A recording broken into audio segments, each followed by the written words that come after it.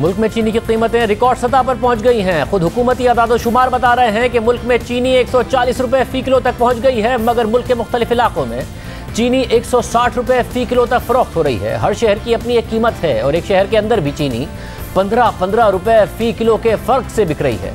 ये पहले कभी नहीं हुआ है, पाकिस्तान में कभी नहीं हुआ है। पाकिस्तान ब्यूरो ऑफ स्टैटिस्टिक्स के आज जारी होने वाले आदाद-ओ-शुमार के मुताबिक रवा हफ्ते चीनी की कीमत में 5% से ज़ायद का इजाफा हुआ है और मुल्क में चीनी ज़्यादा से ज़्यादा 140 रुपए फी किलो तक फरोख्त हो रही है। जबकि जियो न्यूज़ के मुताबिक हैदराबाद और कोयटा में किलो चीनी 160 रुपए की मिल रही है, जबकि कराची और इस्लामाबाद में चीनी 145 रुपए और लाहौर में चीनी 140 रुपए तक की फरोख्त हो रही है। सिर्फ 3 दिनों में चीनी की कीमत में 42 रुपए का इजाफा हुआ है। शुगर मिल मालिकान चीनी की कीमतों में इजाफे की जिम्मेदारी हुकूमती पॉलिसियों पर डाल रहे हैं। All Pakistan sugar mills association के तर्जुमान के मुताबिक मौजूदा चीनी बहरान की जिम्मेदार हुकूमती पॉलिसियां हैं। गुज़िश्ता साल वक्त से पहले क्रशिंग और बर वक्त दरामद न करना बहरान की बड़ी वजह बना। शुगर मिल्स के पास सिर्फ 4 दिन तक का चीनी का स्टॉक बाकी है। तर्जुमान के मुताबिक हुकूमत को बर वक्त चीनी दरामद करने का कहा, मगर सुनी न गई। चीनी बहरान के होते हुए भी दरामदी चीनी के 3 टेंडर्स मनसूख कर दिए गए। नई क्रशिंग शुरू करने में मसाइल हैं, हुकूमत मसाइल हल करे फिर क्रशिंग शुरू करेंगे।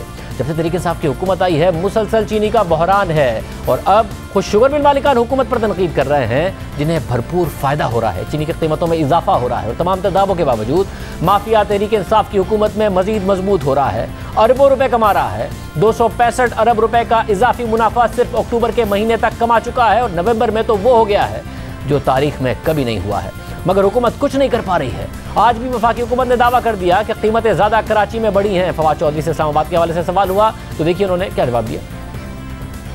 जहाँ तक चीनी की कीमत का ताल्लुक है, मैंने ये कहा कि जो इस वक्त बलूचिस्तान के कुछ इलाकों में भी और सिंध में भी जो मुल्हका है, वहाँ पे चीनी 145-50 रुपए की मिल रही है। इस्लामाबाद में कहीं भी इस कीमत के ऊपर चीनी जो है इससे बड़ी कम है। वही देखिए इस्लामाबाद में भी चीनी 150 रुपए तक की मिल रही है और अवाम यूटिलिटी स्टोर्स पर लाइन लगा कर खड़े हैं। चीनी किस तरह दे रहे हैं आप? चीनी 150 रुपए बेच रहे हैं जी। रेट का कोई समझ नहीं लिया। अगर कभी 6200, 6800, 7400 रुपए रेट नहीं रुक रहे। काम में कमी नहीं आई इस वजह से? कमी क्या, रुक गए हैं जी, काम ले ही नहीं रहा। अब तो चीनी इधर स्टोर पे जा रहे हैं लोग, वो सस्ती वाली शुगर फ्री खरीद रहे हैं। ये भी ऐसी ही आ रही है। 7400 रुपये रेट है मंडी का, हर 3 घंटे बाद रेट ऊपर जा रहे हैं। चीनी मार्केट में किस तरह मिल रही है? 140, 140 मार्केट में मिल रही है, यहाँ 85 है। देख लें आप चीनी का हाल। चीनी के लिए फिर से लाइन लग गई है। कल वज़ीर-ए-आज़म साहब ने खिताब किया है तो आज जो है ना फिर चीनी की लाइनें लग गई हैं। लोग चीनी लेने के लिए लाइन में खड़े हैं। मार्केट में क्या रेट मिल रही है चीनी? मार्केट में 160 रुपये मिल रही है जी। और अच्छा स्टोर में? स्टोर में यहाँ 85 रुपये। आप अंदर जाएंगे तो देखेंगे कि शायद इन्होंने रेट बढ़ाया है कि नहीं बढ़ाया। और पेशावर के शहरियों का हाल देखिए। तो पहले सर जी 120 रुपये का रेट था जो हम जो बेच रहे हैं। अब जो हम कल लाए हैं 150 रुपये किलो हम बेच रहे हैं। 140 पे हमें खुद आया है। सुबह नींद से उठते हो तो तेल महंगा, पेट्रोल महंगा, CNG महंगा, बिजली महंगी। अभी हम क्या करें, खुदकशी करेंगे। आम दुकान पे 150 रुपये मिल रही है सर, और यूटिलिटी स्टोर पे घंटे घंटे खड़े होते हैं, फिर भी उधर से चोर हैं आगे, वो करते हैं 10-20 ऊपर नीचे दे देते हैं, वरना बोलते हैं नहीं है कल लाओ परसों आओ, ऐसे कर। स्टोर पे जो है वो 90 रुपये है, लेकिन बाज़ार में जो है वो 150 रुपये है। स्टोरों में इतना रश होता है कि आप जाओ तो कुछ समझ नहीं आती कि कितना दिया, कितनों ने कितना लिया। वो 2 घंटे में ख़त्म हो जाता है और फिर उसके बाद जो है वो नहीं मिलता, क्योंकि वो कहते हैं स्टॉक ख़त्म हो गया। यूटिलिटी स्टोर में तो अभी चीनी फ़िलहाल तो नहीं मिल रहे, और अगर पहले मिलता तो बहुत बारीक पतला सा होता, और अभी तो बाज़ार की रेट बहुत ज़्यादा हुई। तकरीबन 150 रुपये किलो चीनी हमें मिल रही है। इन्होंने लेके हमें बिल्कुल ऐसा है कि जब समझे कि दफना दिया है। यहाँ तो यूटिलिटी में तो है ही नहीं, लेकिन 150 रुपीज़ केजीज चल रही है अभी फ़िलहाल भी। कराची के अवाम का हाल देखिए। चीनी को सस्ती करनी चाहिए, कम से कम 80 रुपये में वापस आनी चाहिए चीनी। 130 रुपये को इंतहा है, दूसरे मुल्कों का हवाला देते हैं कि वहाँ ये वहाँ। अपने मुल्क में देखो, अपने मुल्क में क्या है, अपने मुल्क की बात करो, दूसरे के मुल्क में हमने क्या करना है। चीनी कहाँ थी और कहाँ पहुँच गई, पेट्रोल कहाँ था और कहाँ पहुँच गया। ये इमरान खान की हुकूमत में महंगाई इस कदर बढ़ गई है कि लोग खुद मजबूर हो गए खुदकशी करने के ऊपर। मेरी यही उनसे अपील है प्राइम मिनिस्टर साहब से, इमरान खान साहब से, कि प्लीज़ खुदारा तुम्हें अल्लाह का वास्ता कि चीनी के रेट तो कम करो। चीनी तो आपके हाथ में, आपके अपने लोग चीनी बेच रहे हैं, आपके अपने लोगों की जो है ना कंपनियाँ हैं, आप लोगों ने चीनी इतनी स्टॉक करी हुई है कि आप मार्केट में जो है ना सप्लाई नहीं करते, चीनी को रोकते हैं। जब चीनी के रेट बढ़ाने होते हैं आपको, आप चीनी शार्ट कर देते हैं। चीनी के ज़्यादा हर चीज़ में इस्तेमाल, चीनी के बगैर तो कुछ भी नहीं है। ज़्यादा चीनी बहुत ज़्यादा महंगाई इतनी कर दी है, अब महंगाई पे थोड़ा सा रहम करें। चीनी का तेल कितना महंगा जा रहा है। लाहौर में भी हुकूमत की सब्सिडाइज चीनी के रेट और मार्केट रेट पर आवाम की राय देखिए। मोटी चीनी लगती नहीं थे, अगले कहने मार्केट चले जाओ 140 रुपये किलो है मार्केट है, तो दुकाना का पाउडर वर्गी चीनी आ गई, कहने गवर्नमेंट दे रही है। गवर्नमेंट की दे रही है? पाउडर है जरा दे रही है। जो यूटिलिटी स्टोर से हम ले रहे हैं ना चीनी, वो बिल्कुल पाउडर है, उसका कोई फ़ायदा नहीं, ना उसमें मिठास है ना कुछ है, सस्ती ज़रूर है। लेकिन जो दुकानों से आप ले रहे हैं 110 रुपये 15 रुपये, वो चीनी काबिले इस्तेमाल है, यानी कि उसमें मीठा भी है, हर चीज़ बेहतर है। ये सस्ती ज़रूर है लेकिन इसका फ़ायदा कोई नहीं है। दुकान पे चीनी का रेट है 120 रुपये, इधर 85 रुपये है, और चीनी बरीक है। चीनी 90 रुपये किलो ले रहे हैं लेकिन मिलती बरीक है, तो जितों यानी मोटी मिलती तो महंगी देंगे, 120 130 रुपये देंगे, मिलती बरीक ही पई है, 90 रुपये किलो मिल रही है। चीनी सर जी 90 रुपये किलो बेच रहे हैं, मोटी चीनी मिलती नहीं है, तो अगर है भी तो वो महंगी बहुत है, इसलिए हम बरीक चीनी बेच रहे हैं हुकूमत पंजाब की। जेड़ी मोटी चीनी 130 रुपये है, 150 रुपये भी है। इमरान खान ने जड़ी चीनी मंगाई है 90 रुपये है, पाउडर है। क्वेटा के अवाम को 160 रुपये पर भी ना मार्केट से चीनी मिल रही है और ना ही सस्ते रेट पर यूटिलिटी स्टोर्स पर चीनी दस्तियाब है। चीनी 160 की हो गई है, पहले 100 की थी, उससे पहले और भी अच्छी रेट्स पे हमें मिल जाती थी चीनी, और सब की प्राइसेस बहुत इंक्रीज़ हो रही, मतलब 1000 2000 3000 की खाली हम शुगर यूज़ कर लेंगे।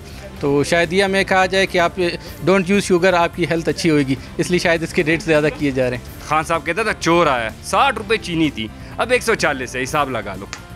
चोर अच्छे थे भाई, हम सुकून में तो थे। 160 के ये तो जो है बहुत ज़्यादा नाजायज़ है। महंगाई देखें, और जो है गरीब इंसान तो अफोर्ड नहीं कर सकता इस चीज़ को। एक घर में जो है हम जॉइंट फैमिली भी रहते हैं, तो कम से कम हमारे जो है 1 किलो 2 किलो में तो गुजारा नहीं होता ना, हमारा 5 किलो 10 किलो। अभी हम पहले जो है 10 किलो लेते थे, अब जो है किलो किलो करके ले जाते, उसमें बरकत भी नहीं है और महंगाई इतनी हो गई। तकरीबन आज से 4 दिन पहले जो रेट चल रहा था वो 110 105 रुपये था। जब से वज़ीर-ए-आज़म साहब ने फरमाया मैं सब्सिडीज़ करूँगा आटा, दालें, चीनी, घी, तो चीनी तकरीबन आज 160 रुपये एक मिल रेट है, उसके बावजूद माल भी शॉर्ट है, मिल भी नहीं रहे और क्वालिटी भी नहीं है। चीनी मिलता है ना आटा मिलता है, नाम का फैसिलिटी है मगर कुछ भी नहीं। एक दिन चीनी मिलता है, अगला दिन नहीं। एक दिन अगर आटा मिल जाता है, अगला दिन नहीं। सर इस टाइम कोई ऐसे सूरत हाल नहीं है, हम लोग आते जाते चीनी नहीं मिल रहा है। जब हाँ वे कह रहे आधा घंटे, मतलब आधा घंटे में मिलता है चीनी, उसके बाद नहीं मिलता है। चीनी ख़त्म हो गया नहीं है। मोचो की स्टोर पे किया था, उमर खली के स्टोर पे किया था, अभी यहाँ पे आया, तीनों स्टोर पे, एक भी स्टोर पे बोलता है चीनी वो है ही नहीं, बोलता है ही नहीं, किसी भी ब्रांच पे भी नहीं है। और वज़ीर-ए-आज़म इमरान खान ने भी तस्लीम किया कि माफिया अरबों रुपए बना रहा है, मगर साथ ही उन्होंने दावा किया कि जब भी हुकूमत एक्शन लेती है, शुगर मिल्स मालिकान अदालतों से स्टे ऑर्डर ले लेते हैं। सिंध में वो 3 मिल्स बंद हुई तो पता चला कि एकदम कभी, और उसके वजह से 140 पे पहुंच गई चीनी की कीमत। उसकी वजह से यहाँ की जो शुगर मिल्स थी, इन्होंने जखीरा अंदोजी करनी शुरू कर दी। मैंने चीफ सेक्रेटरी से पूछा कि हमारा तो कानून है, जखीरा अंदोजी कर नहीं सकते, इनकी मिल से जाके चीनी उठा के मार्केट में लेके ताकि कीमत नीचे आए। पता चला जी जुलाई से ये शुगर मिल्स ने स्टे ऑर्डर लिया हुआ है उस कानून के खिलाफ। शुगर माफिया मिल के अरबों रुपया कमा लेता है अवाम की कमर तोड़ के, और गवर्नमेंट जब कुछ करने जाती है स्टे ऑर्डर लिए हुए इन्होंने। वज़ीर-ए-आज़म इमरान खान ने दावा किया कि हुकूमत ने जब शुगर मिलर्स की ज़ख़ीरा अंदोज़ी के खिलाफ एक्शन लेना शुरू किया तो शुगर मिलर्स ने स्टे ऑर्डर ले लिया। चीनी की कीमतों में इजाफे का मामला अदालतों में है, मगर अदालतों ने ज़ख़ीरा अंदोज़ी के खिलाफ एक्शन से नहीं रोका है। 7 अक्टूबर की खबर के मुताबिक लाहौर हाई कोर्ट ने शुगर मिल्स को चीनी ज़ख़ीरा करने से रोक दिया है। चीनी की कीमतों के तयन से मुतालिक इंट्रा कोर्ट अपील की समाअत के दौरान जस्टिस शाहिद करीम ने रिमार्क्स दिए कि अदालत ऐसा कोई हुक्म जारी नहीं कर सकती जो कानून के खिलाफ हो, इदारे कानून के मुताबिक एक्शन लें। अदालत ने दरख्वास्त गुजारों से कहा कि वो चीनी की ज़ख़ीरा अंदोज़ी ना करें। साथ ही डिप्टी कमिश्नर्स को हिदायत की कि वो शुगर मिल्स से गैर कानूनी तौर पर स्टॉक कब्जे में ना लें। इसके बाद अदालत ने अपने हुक्म में भी लिखा कि केस की अगली समाअत तक पंजाब हुकूमत और वफाकी हुकूमत को दरख्वास्त गुजार की मिल से चीनी के स्टॉक की ज़बरदस्ती मुंतकली से रोका जाता है। साथ साथ दरख्वास्त गुजार इस बात की जमानत देते हैं कि वो चीनी के स्टॉक को ओपन मार्केट में फरोख्त करेंगे और ऐसे किसी भी अमल से गुरेज करेंगे जो चीनी की ज़खीरा अंदोज़ी के मुतरादिफ हो।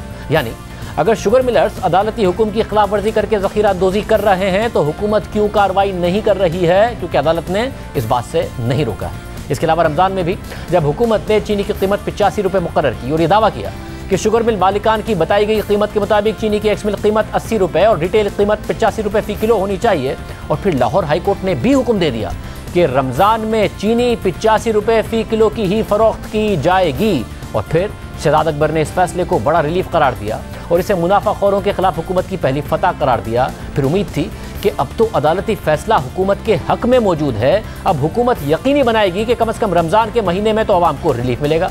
मगर शुगर माफिया ना माना और हुकूमत कुछ ना कर सकी। रमज़ान की शदीद गर्मियों में आवाम की एक एक किलो चीनी के लिए लंबी लंबी लाइनें लग गई। चीनी 100 रुपये से ऊपर फरोख्त होने लगी। अदालती फैसला हुकूमत के हक में मौजूद था, मगर हुकूमत उस पर अमल दरामद न करा सकी। घंटे हो गए इतने चीनी लेने वास्ते, एक पैकेट देंगे चीनी का। कल भी आया चीनी नहीं मिले, आज भी आया तकरीबन घंटा उधर से शोर होता है, अभी तक वारी नहीं आया है। इतनी देर पैसे फंडने चीनी दे पैकेट बने बनाए गए देते एक ही पैकेट है 130 वाला, लेकिन उसके पीछे हमको खज्जल होना पड़ता है। 1 घंटा 1.5 घंटा हो रहा है, वैनों में लगे हुए हैं, उधर एक एक बंदा इतनी देर से आ रहा है, 2 किलो चीनी दे रहे हैं ये। और इस साल तो खुद हुकूमत ने दावा किया कि इस दफ़ा गन्ने की रिकॉर्ड पैदावार होगी, चीनी की कीमतें कंट्रोल में आ जाएंगी, मगर हुकूमत ने पहले गन्ने की सपोर्ट प्राइस के तयन में ताख़ीर कर दी, फिर अपनी ही ऐलान करदा तारीख पर क्रशिंग शुरू ना कर सकी। सुनिए वज़ीर आज़म के मौक़िफ़ खुसूसी बराए फूड सिक्योरिटी जमशेद इकबाल चीमा ने क्रशिंग सीजन के हवाले से क्या दावा किया।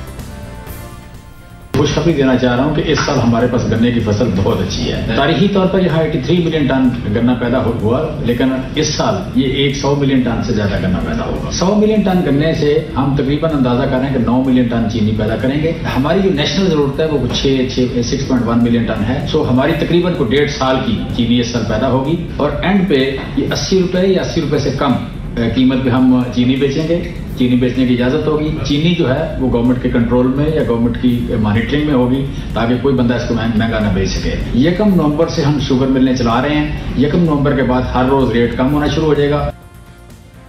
1 नवंबर से शुगर मिलें चलनी थी, 1 नवंबर के बाद रेट कम होना था। आज 5 नवंबर है और 1 नवंबर तो क्या 5 दिन के अंदर अंदर 40 रुपये से ज़्यादा चीनी की कीमतें बढ़ चुकी हैं और अभी तक क्रशिंग सीजन शुरू नहीं हुआ है, बल्कि हुकूमत ने 15 नवंबर को क्रशिंग सीजन शुरू करने का ऐलान किया है और शुगर मिल मालिकान इसके लिए भी तैयार नहीं है।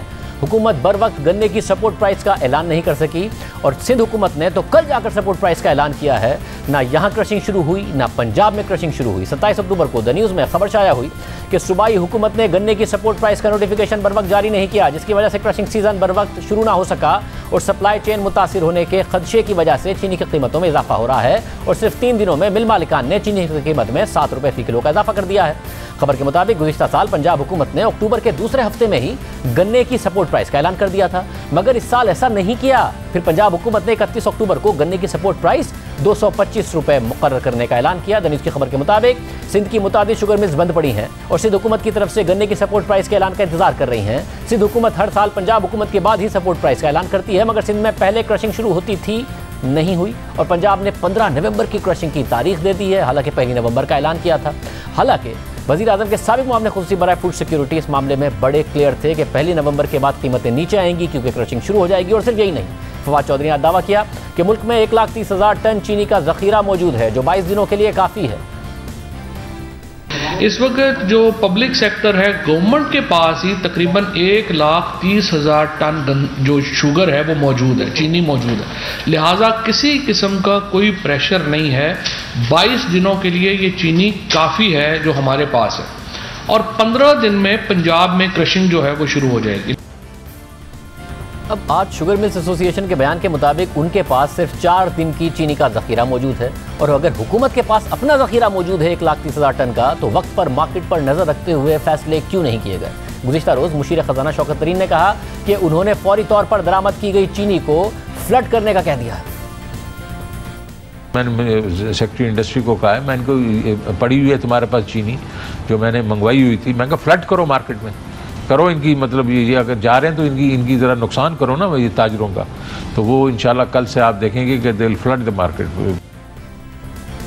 ये कल जाकर शौकत तरीन साहब ने बात की है। अब अगर दरामदी चीनी मौजूद थी और शुगर मिल मालिकान चीनी का ज़ख़ीरा किए हुए थे तो फिर हुकूमत ने इतना इंतज़ार क्यों किया? दरामदी चीनी और ज़्यादा मिकदार में पहले जारी क्यों नहीं कर दी? जुलाई में हमने मुशीर ख़जाना शौकत तरीन से पूछा था कि गन्ने की तो बम्पर फसल हुई है, तो फिर चीनी की दरामद क्यों की जा रही है, चीनी की कीमत क्यों बढ़ती जा रही है? तो मुशीर ख़जाना ने कहा था कि हम स्टॉक बना रहे हैं।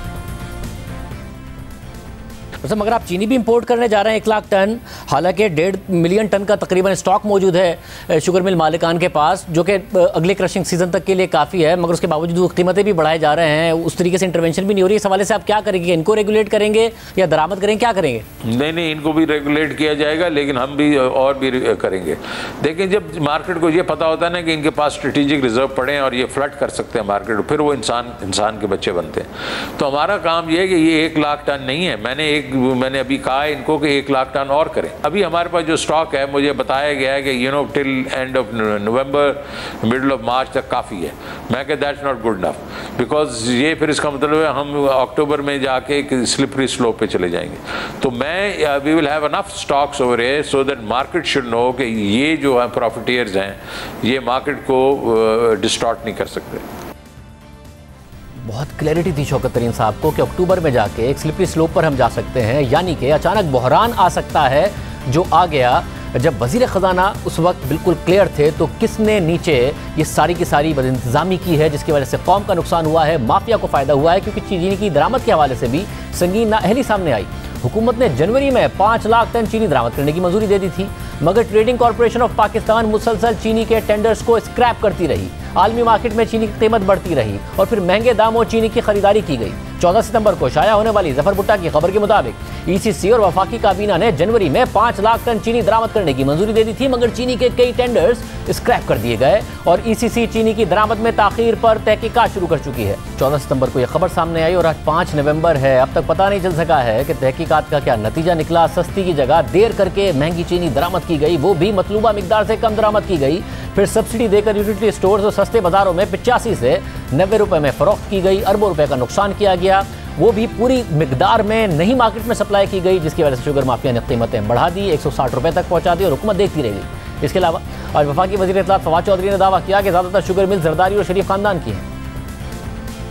ज़्यादातर जो शुगर मिलें हैं वो सारी जो सिंध में हैं वो जरदारी साहब के अंडर है, जो पंजाब में हैं वो शरीफ फैमिली के अंडर है।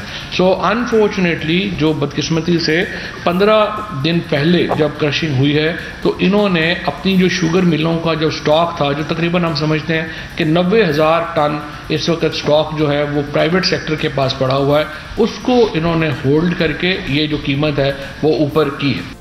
मगर हुकूमत की अपनी शुगर कमेटी की रिपोर्ट के मुताबिक जहांगीर तरीन की शुगर मिल्स का मुल्की पैदावार में हिस्सा 20% और खुसरो बख्तियार खानदान की शुगर मिल्स का शेयर 12% है, यानी मुल्की पैदावार में इनका हिस्सा 32% है। जबकि उसी रिपोर्ट के मुताबिक शरीफ खानदान की शुगर मिल्स का हिस्सा 5.4% और ओमनी ग्रुप का हिस्सा 1.6% है, यानी तकरीबन 6% है। सिर्फ यही नहीं, खुद हुकूमती कमेटी की रिपोर्ट के मुताबिक जब पंजाब हुकूमत ने शुगर मिलर्स को 3 अरब रुपए की सब्सिडी दी, तो भी उसका 40% हिस्सा जहांगीर तरीन और खुसरो खानदान की शुगर मिल्स को मिला था। और शुगर कमेटी ही की रिपोर्ट ने बताया था कि वो शुगर मिलर्स जिन्होंने तहरीक इंसाफ की पंजाब हुकूमत से ज़्यादा सब्सिडी हासिल की, उनका पंजाब हुकूमत की फैसला साजी पर सियासी असर रसूख था और उन्होंने कम से कम वक्त में ज़्यादा से ज़्यादा फ़ायदा हासिल करने की कोशिश की। मगर इल्ज़ाम आज भी अपोजिशन पर लगाया जा रहा है। हुकूमत ना सिर्फ मुसलसल गलतियां कर रही है, इस दौर में 265 अरब रुपए का फ़ायदा शुगर मिल मालिकान को पहुंचा चुकी है, मगर जिम्मेदारी लेने को तैयार नहीं है। कभी किसी पर जिम्मेदारी डालते हैं, कभी किसी पर। हमारे साथ माहिर अजनास शम्सुल इस्लाम खान साहब मौजूद हैं। हमने मुतल्लिका वजारतों को प्रोग्राम में दावत दी, कोई आने को तैयार नहीं हुआ। शम्सुल इस्लाम साहब बहुत शुक्रिया। शम्स साहब, कभी सिंध हुकूमत पर डालती है हुकूमत, सिंध हुकूमत कह रही है वफाकी हुकूमत का कसूर है, कभी आता है कि जी दरामद वक्त पर नहीं की, हालांकि जनवरी में फैसला हो गया था। एग्जैक्टली कौन जिम्मेदार है? शुगर माफिया पे भी हुकूमत कह रही है कि उन्होंने ज़ख़ीरा अंदोज़ी की है, वो कह रहे हैं हमारे पास स्टॉक ही नहीं है। कौन जिम्मेदार है? देखिए जी, ये जो आपने क्राइसिस का जो सिचुएशन पैदा की, इसमें बहुत सारी नालायकियों का अमल दखल है।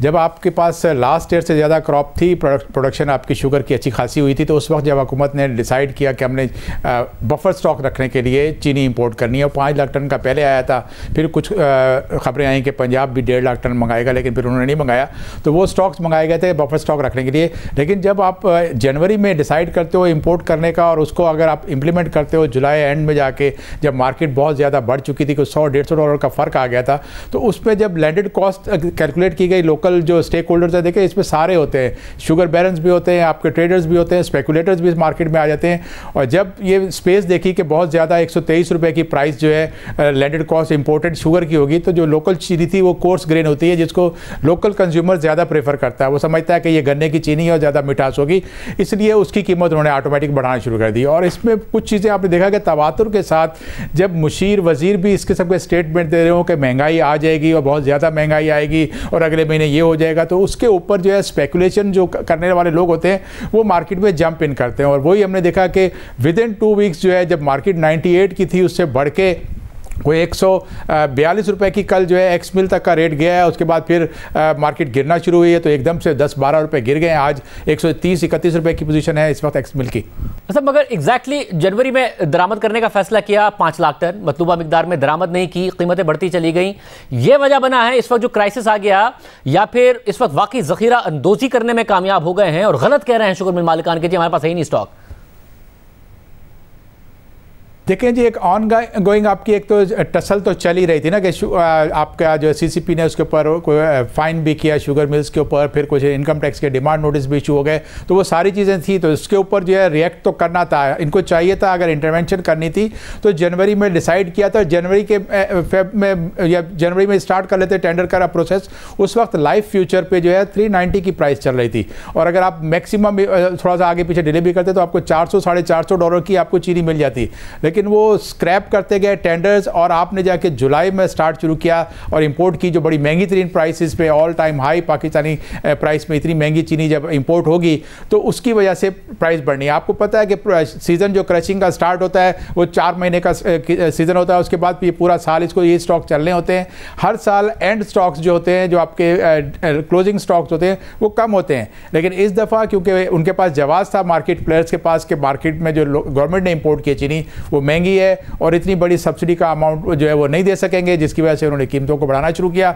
और रोज़ाना की बुनियाद पे मैं तो ये देख रहा हूँ कि फर्स्ट टाइम मेरी लाइफ में ऐसा हुआ है कि दिन में जो है घंटों के हिसाब से प्राइस चेंज होती रही है, और हर घंटे 2 घंटे के बाद उन्होंने देखा कि 100 सुबह 35 पे शुरू हुई और 142 पे जाके रात को बंद हुई। तो ये कभी भी ऐसा मैंने नहीं देखा। ये बताइए, जितनी दरामद हो गई थी, अब आज कह रहे हैं कि 1,30,000 टन का हमारे पास स्टॉक मौजूद है, तो क्या जितनी इन्हें सप्लाई करनी चाहिए थी मार्केट में सही वक्त पर की गई या नहीं की गई? कल शौकत तरीन साहब ने कहा कि मैंने इनसे कहा कि फ्लड कर दें मार्केट में, क्या नहीं किया था वक्त पे जिसकी वजह से कीमतें बढ़ गई?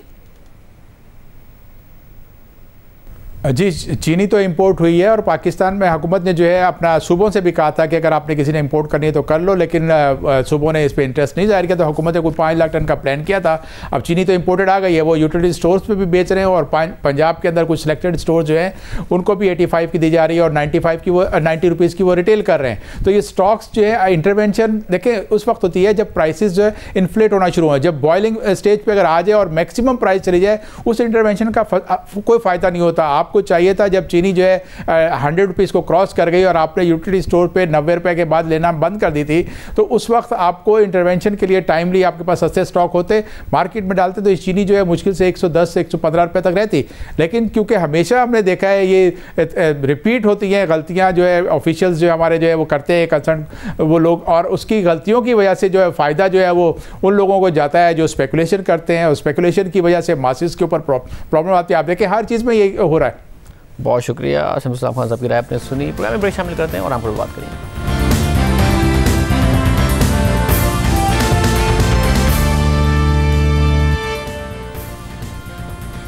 हुकूमत और कलअदम तहरीक तालिबान पाकिस्तान के दरमियान मुसलसल मुज़ाकरात की खबरें सामने आ रही हैं और दावा किया जा रहा है कि दोनों तरफ से काबिल अमल हल निकालने के लिए कोशिशें की जा रही हैं। जियो न्यूज़ के के मुताबिक तालिबान का कहना है कि हुकूमत ने हथियार रखकर सरेंडर करने का कहा है, मगर हथियार रखकर आगे बढ़ना क़ब्ल वक्त है। हुकूमत से कैदियों की रिहाई का मुतालबा किया है। इस मामले पर हुकूमत की जानिब से कोई रद्द अमल सामने नहीं आया है, मगर खबरें ज़रूर सामने आ रही हैं। असहाफ़ी इस्माइल खान की शाया होने वाली खबर के मुताबिक मुतादिद ज़राए से यह मालूम हुआ है कि पाकिस्तानी हुक्काम तहरीक तालिबान के साथ वसीतर अमन मुआहिदा करने के लिए एक आर्जी समझौते पर पहुंचे हैं।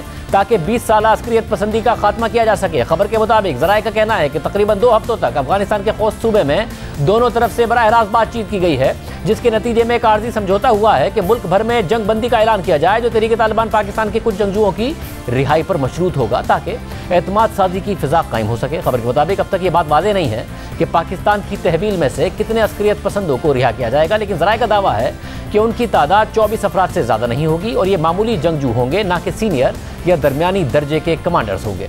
ज़राए का दावा है कि वो ज़मीनी सूरत हाल का जायज़ा ले रहे हैं और मोहतात हैं। खबर के मुताबिक कलअदम तहरीक तालिबान पाकिस्तान और हुकूमत के दरमियान ये जंगबंदी कैदियों की रिहाई के बाद नाफिजुल अमल होगी। ज़राए का मज़ीद कहना है कि आर्जी तौर पर की जाने वाली 1 माह की जंगबंदी में तोसी उस बात पर मुनहसिर है कि मुज़ाकरात किस तरह आगे बढ़ते हैं। खबर के मुताबिक ये वाज़ेह नहीं है कि पाकिस्तान की साइड से तहरीक तालिबान पाकिस्तान से कौन मुज़ाकरात कर रहा है, मगर ज़राए का दावा है कि अफगान तालिबान की हुकूमत के वज़ीर दाखिला सिराजुद्दीन हक्कानी पाकिस्तान और तहरीक तालिबान पाकिस्तान के दरमियान सालिसी का किरदार अदा कर रहे हैं और दोनों साइड्स को एक छत के नीचे लेकर आ रहे हैं ताकि बराह रास्त बातचीत हो सके। खबर के मुताबिक ज़राए का कहना है कि बातचीत बराह रास्त पाकिस्तानी हुकाम के सीनियर अफसरान और तहरीक तालिबान पाकिस्तान की क़यादत के दरमियान हो रही है और इसमें तहरीक तालिबान पाकिस्तान के तमाम गिरोह बगैर किसी इस्तिस्ना के शरीक हैं और इस वक्त टेबल पर बहुत सारी तजावीज़ मौजूद हैं और दोनों साइड्स एक काबिल अमल हल निकालने के लिए काम कर रहे हैं। ये एक बड़ी पेशरफ्त है। हाल ही में वज़ीर आज़म इमरान खान ने टर्किश टीवी को इंटरव्यू देते हुए पाकिस्तान और कलअदम तहरीक तालिबान पाकिस्तान से मुताल्लिक मुज़ाकरात का इंकिशाफ किया था, जबकि वज़ीर आज़म इमरान खान से पहले सदर आरिफ अलवी भी इस हवाले से इशारा दे चुके थे। अहम बात यह है कि जब पाकिस्तान की तरफ से तहरीक तालिबान को हथियार डालने की सूरत में एमनेस्टी देने के दावे किए जा रहे थे, तो उस वक्त तहरीक तालिबान पाकिस्तान ने इस पेशकश को मुस्तरद कर दिया था और वाज़ेह किया था कि उनकी जिद्दोजहद पाकिस्तान में शरीयत नाफिज करने के लिए है। और अब रोज़नामा डाउन की खबर में ज़राए ने दावा किया है कि पाकिस्तान की तरफ से जो एमनेस्टी ऑफर की गई थी उसे पाकिस्तानी तालिबान के मामूली जंगजू तो हासिल करना चाहते थे, लेकिन तहरीक तालिबान पाकिस्तान के सरबराह मुफ्ती नूर वली महसूद और जमातुल अहरार के लीडर उमर खुरासानी इन मुज़ाकरात के हक़ में नहीं थे, मगर अब ये तमाम लोग ऑन बोर्ड हैं। ज़राए दावा कर रहे हैं कि क़यादत की सतह पर अब मुज़ाकरात के लिए आमादगी नज़र आ रही है। क्या वाकई पाकिस्तान और तहरीक तालिबान के दरमियान कोई अमन मुआहिदा काबिल अमल होगा और फिर सस्टेनेबल होगा? बात करेंगे सीनियर साफ़ी ज़ुल्फ़िकार सलीम साफ़ी साहब से। साफ़ी साहब बहुत शुक्रिया। साफ़ी साहब, वाकई कोई मुआहिदा हो जाएगा जिससे एक मुस्तकिल अमन आ जाएगा, तालिबान हथियार डाल देंगे, उस तरफ बढ़ रही है मामला? शाज़िब सरदस्त तो इन दोनों सवालों का कतियत के साथ जवाब नहीं दिया जा सकता कि क्या हतमी मुआहिदा हो जाएगा या नहीं, और दूसरा ये कि क्या वो पायदार होगा या नहीं। लेकिन मैं इस हद तक तस्दीक कर सकता हूँ कि ये प्रोसेस शुरू हुआ था बिल्कुल तालिबान के काबुल के टेक ओवर के फ़ौरन बाद, और बड़ी हद तक पेशरफ्त भी हुई थी। लेकिन वो जो जिसका आपने ज़िक्र किया इमरान ख़ान साहब ने जब TRT को इंटरव्यू दिया, तो वो इंटरव्यू और उस मामले का अफशा होना वो उस पूरे प्रोसेस पे एक ड्रोन हमला साबित हुआ, तो उससे वो अमल सबूताज हो गया था उस वक़्त। लेकिन उसके बाद दोबारा अफ़गान तालिबान के ज़रिए TTP के जो मुख्तलिफ़ कायदीन हैं उनके साथ भी मुशावरत के कई दौर हुए हैं और कोशिश की जा रही है, मुख्तलिफ़ तजावीज़ भी ज़ेर गौर हैं कि दोनों फरीकों को किसी नतीजे तक पहुंचा दिया जाए। सब और फिर ये जो इस वक्त सूरत हाल है उसमें कम से कम पाकिस्तान की सिविल अस्करी क़यादत सब ऑन बोर्ड हैं अगर ये मामला आगे बढ़ रहा है? एक तो शाज़िब मैं इस वक्त एक बड़ी आजमाइश से दो चार हूँ कि मैं उस मुल्क का शहरी हूँ कि और उस हुकूमत के में आजकल हम दौर गुजार रहे हैं, ज़िंदगी गुजार रहे हैं कि जो मुल्क के अंदर इस्लामाबाद में तय पाने वाले मुआहिदों की तफसीलात भी सामने नहीं लाती, और आप मुझसे उस मामले की तफसीलात जानने की कोशिश कर रहे हैं कि जो अभी खुफिया हैं और अभी हो रहे हैं।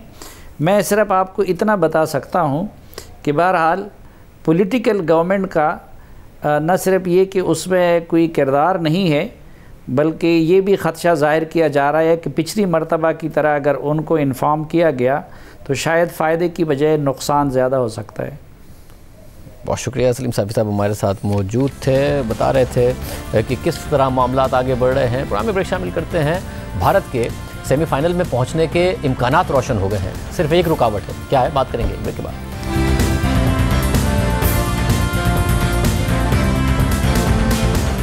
T20 वर्ल्ड कप में भारत ने अपने चौथे मैच में स्कॉटलैंड को 8 विकेटों से बासानी शिकस्त दे दी है, लेकिन इसके बावजूद सेमीफाइनल तक उसकी रसाई अभी जरा मुश्किल है। आज 86 रन का हदफ महज 6.3 ओवर्स में हासिल करके भारत ने ग्रुप में अपना रन रेट सबसे बेहतर कर लिया है, मगर फिर भी पॉइंट्स टेबल पर भारतीय टीम तीसरे नंबर पर है। पहले नंबर पर पाकिस्तान है जो सेमीफाइनल के लिए क्वालिफाई कर चुका है, जबकि दूसरे नंबर पर न्यूजीलैंड है जो 4 में से 3 मैचेस जीता है। अब अगर इतवार को होने वाले मैच में न्यूजीलैंड अफगानिस्तान को हरा देता है तो वो सेमीफाइनल में सीधा पहुंच जाएगा और अफगानिस्तान के साथ साथ भारत भी बाहर हो जाएगा। लेकिन अगर न्यूजीलैंड हार गया तो टूर्नामेंट से बाहर हो जाएगा, मगर अगर न्यूजीलैंड को हराकर अफगानिस्तान अपना रन रेट बेहतर कर लेता है और भारत नमीबिया के खिलाफ मैच जीतकर भी रन रेट में अफगानिस्तान से पीछे रहता है तो अफगानिस्तान सेमीफाइनल में होगा, वरना भारत का चांस बन जाएगा। दूसरी जानिब ग्रुप 1 में इंग्लैंड टॉप पर है और सेमीफाइनल में पहुंच चुका है, जबकि ऑस्ट्रेलिया रन रेट की बुनियाद पर दूसरे और जनूबी अफ्रीका तीसरे नंबर पर है। दोनों टीमें अगर कल अपने अपने मैचेस जीत गई तो फैसला रन रेट पर होगा, वरना जो टीम जीतेगी वो सेमीफाइनल में होगी। हमारे साथ मुश्ताक भाई और सिक्कू भाई मौजूद हैं, आप दोनों का बहुत शुक्रिया। मुश्ताक भाई, बड़े रोशन लग रहे हैं चांसेस भारत के, मगर शर्त यह है कि न्यूजीलैंड अफगानिस्तान से हार जाए। आपको लगता है इस बात के इम्कानात हैं?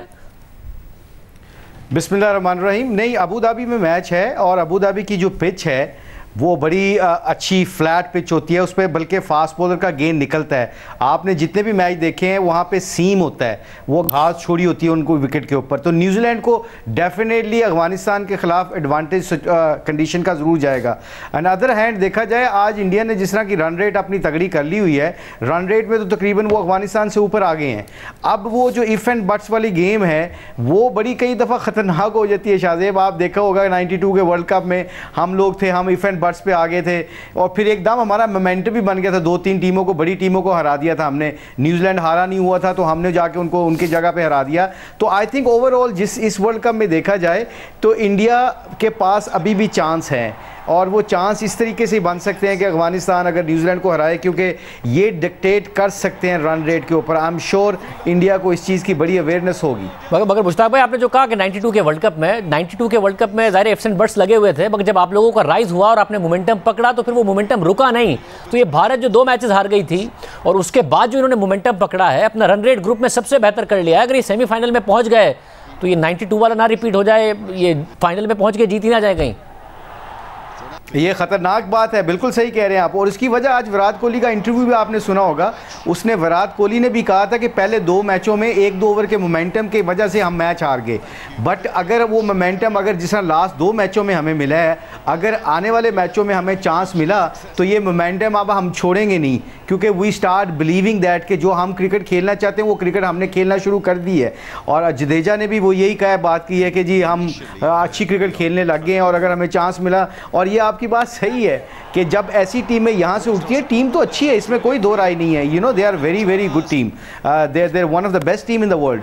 बट ओवरऑल देखा जाए, जब ये सेमीफाइनल में पहुँच जाएंगी ना तो इनका फिर वो ये ख़तरनाक हो सकती है। अल्लाह ना करे ये हमारे टक्कर में आए तो वैसे मुझे बड़ा अब थोड़ा सा डर लगने लग गया, सच्ची बात है। सिक्कू भाई तो चाहते थे कि फाइनल हो जाए पाकिस्तान और इंडिया का। सिक्कू भाई, आपको बड़ी उम्मीद है कि पाकिस्तान जीत जाएगा, मगर आपको लग रहा है कि भारत के पहुंचने के चांसेस रोशन हैं। न्यूजीलैंड को हारना है अफगानिस्तान से, उसके बाद तो नमीबिया के साथ अगर अगला मैच होता है भारत का, उसने अपना रन रेट क्या नहीं लगता आपको बेहतर कर ही लेना है अगर ये हो गया?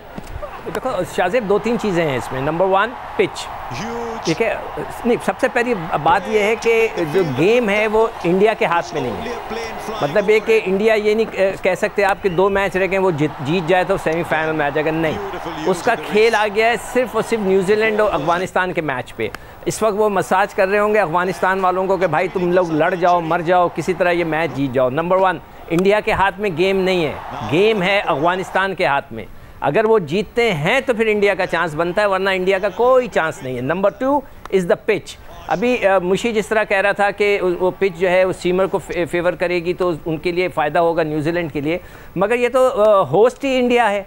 वो पिच को किस तरह कन्वर्ट करते हैं, पिच को स्लो कर देना, लो कर देना, टर्निंग बना देना, कोई बड़ी साइंस नहीं है, रॉकेट साइंस नहीं है, बहुत आराम से हो जाता है। अब तक हो भी चुका होगा अगर वो चाह रहे होंगे तो pitch will play a very very important role. आपका उस मैच को, संडे को मैच है, आप देखिएगा, आपको पिच से पता चल जाएगा कि क्या गेम चल रहा है। मगर सिक्कू भाई, क्योंकि इस वक्त भारत का रन रेट ग्रुप में अब सबसे अच्छा है, अगर अफगानिस्तान न्यूजीलैंड से जीत जाए तो बड़ा मुश्किल है कि बहुत बड़े मार्जिन से जीते और अपना रन रेट बहुत ज़्यादा अच्छा कर ले और फिर भारत कोई बहुत बड़े मार्जिन से नमीबिया से ना जीत पाए, तो अगर अफगानिस्तान जीत गया तो फिर अफगानिस्तान के पहुंचने के चांसेस मुश्किल होंगे, भारत ही के ज़्यादा होंगे? नहीं, अफगानिस्तान का कोई, उन्होंने सिर्फ इंडिया को सेमीफाइनल में पहुंचाना है, उन्होंने और कुछ नहीं करना, उनका कोई दूर दूर तक चांस नहीं है। इंडिया के पास तो एक और चांस है अभी, नमीबिया कौन सी ऐसी बड़ी टीम है, वो तो स्कॉटलैंड और उनकी एक ही जैसी स्ट्रेंथ है। इंडिया तो अच्छी बड़ी टीम है, जैसे अभी मुशी कह रहे थे, बगैर किसी शक के वो एक बड़ी टीम है, वो उनको ऐसी फेटी लगाएगी कि सारा एवरेज सब बराबर कर देंगे, मगर उनके हाथ में गेम नहीं है। उनके हाथ में सिर्फ एक चीज़ है कि पिच को वो 19-20 कर दें, वहाँ खड़े होकर दुआएं करें, इसलिए कि खेल अफगानिस्तान के हाथ में है। अफगानिस्तान जीतेगा तो वो पहुंचेंगे, वरना उनका कोई दूर दूर तक चांस नहीं है। मुश्ताक भाई, अगर अफगानिस्तान जीता भी तो ज़्यादा फिर चांसेस यही हैं कि भारत ही सेमीफाइनल में पहुंचेगा, क्योंकि नमीबिया को बड़े कन्विंसिंग मार्जिन से हराने की भारत में सलाहियत है, और अफगानिस्तान जीतता भी है न्यूजीलैंड से तो बड़े कोई मार्जिन से जीते, ये बड़ा मुश्किल नज़र आता है। बिल्कुल ठीक कह रहे हैं आप, आपका असेसमेंट बिल्कुल ठीक है, क्योंकि उसके बाद अफगानिस्तान और न्यूजीलैंड के बाद इंडिया और नमीबिया का मैच है, तो इंडिया डिक्टेट कर सकता है, वो अपना मैथमेटिकली क्रिकेट खेल सकता है उनके खिलाफ। तो आई थिंक सबसे इंपॉर्टेंट, जैसे सीकू भाई भी कह रहे हैं, ये असल गेम है अफगानिस्तान की और न्यूजीलैंड की। अब जो कंडीशन की बात है ना, कंडीशन बहुत सूट करती है न्यूजीलैंड की वहाँ पर। सिर्फ एक चीज़, जैसे मैंने कहा है ना, कि अगर ये अपना अफगानिस्तान जो ये है, ये फास्ट बॉलरों के खिलाफ इतना अच्छा नहीं खेलती, और न्यूजीलैंड के पास फास्ट बैटरी अच्छी है, अगर वो उनको सही तरीके से यूटिलाइज करते हैं और प्लान्स को एग्जीक्यूट सही करते हैं, तो अफगानिस्तान के पास चांस कोई नहीं है। अगर स्टैट्स देखा जाए, टीमों की अप्रोच देखी जाए, टीमों के रिसोर्सेज देखे जाएं, तो आई थिंक अफगानिस्तान के पास इतना चांस नहीं है। बट अदर हैंड देखा जाए, ये टीम जो है ये ख़तरनाक इसलिए हम सारे वेट कर रहे हैं कि इनके 1-2 बंदे ऊपर से चल गए ना, तो वो सारा मैच परे कर देंगे। अगर इन्होंने 150+ स्कोर कर दिया ना न्यूजीलैंड के खिलाफ पहले बैटिंग करते हुए, फिर न्यूजीलैंड के बाद बहुत चांस कम होगा, क्योंकि इनके स्पिनर्स जो है ना, अब मेरा ख्याल ये मुजीब को भी खिलाएंगे, और वो मिस्ट्री स्पिनर है एक जाहिर खान, उसको भी खिलाएंगे, क्योंकि उन्होंने देख लिया है कि हमारा मीडियम पेसर जो ना यहाँ पे इनके खिलाफ काम नहीं आएगा। इनके खिलाफ इन्होंने 4 स्पिनरों के साथ जाना, आप देख लीजिएगा। और सिकू भाई, आपकी बड़ी ख्वाहिश थी फाइनल हो जाए पाकिस्तान और भारत का, मुझे ज़रा क्विकली बता दें, अगर इस मोमेंटम के साथ भारत पहुंचा तो कहीं हमें घबराना तो नहीं चाहिए ना? देखें, वो तो प्राइम मिनिस्टर कहते हैं घबराना नहीं है, ठीक है, हमें लड़ना है और अच्छा है, मज़ा आएगा। मेरे ख्याल से दुनिया का सबसे इससे बड़ा वर्ल्ड कप कभी नहीं हो सकता। अगर वाकई इंडिया फाइनल में आ गया और पाकिस्तान का उससे मुकाबला हो गया, तो मेरे ख्याल से तारीख में जितनी हिस्ट्री में अभी तक वर्ल्ड कप हुए हैं, उसमें ये सबसे बड़ा वर्ल्ड कप का फाइनल होगा, इसलिए सबसे बड़ा होगा। और इंशाल्लाह हमारा मोमेंटम भी अच्छा है, हम जीतेंगे, यही उम्मीद रखी जाए। आप दोनों का बहुत शुक्रिया। नाज़रीन, आज के प्रोग्राम में इतना ही, इजाज़त दीजिए, अल्लाह हाफ़िज़।